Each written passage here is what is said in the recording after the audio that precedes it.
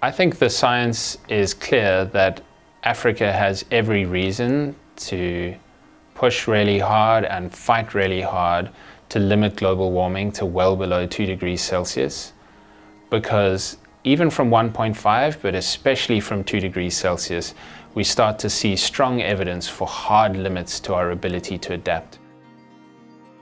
Our assessment of adaptation action in Africa to date is that it has most often been incremental and at the local level, as opposed to transformational and across all levels of society. And so my hope for the near-term future would be that adaptation actions in Africa transition from being located purely at local levels with often incremental change and really integrate from local up to national levels and are more transformational in making the big changes we need to adapt to future climate risks. A lot of the research in our group that was supported by IDRC is what's called synthesis research. So this is using large amounts of existing data sets, bringing them together from different studies or different databases and integrating them to get a better Africa-wide picture of the current state of adaptation or of the future climate risks. And examples of this include estimates of the proportion of Africans in different countries that are climate change literate. So that is the percentage of people in a country who have heard of climate change, understand that it has human causes and understand its implications. And in many African countries, unfortunately, that rate is below 50%. And the rate is typically lower for women than for men. And the good news is that one of the strongest predictors of increased climate change literacy rates is having completed high school or having a tertiary education.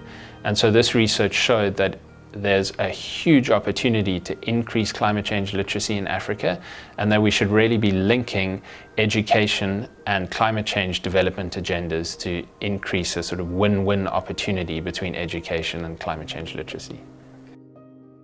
Our research has been useful and informative to policy in a number of ways.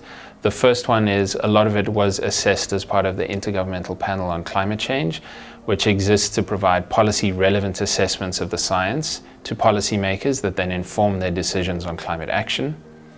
And another way that it has been informative to policymakers is through briefing notes for negotiators at UNFCCC, as well as briefing notes for local officials on better understanding climate risks in their regions, risks to food security, risks to health, as well as how they can respond to these risks through adaptation actions. And this has been from the African Union level down to local municipal levels. I'm positive that we'll see an increase in climate change literacy in Africa.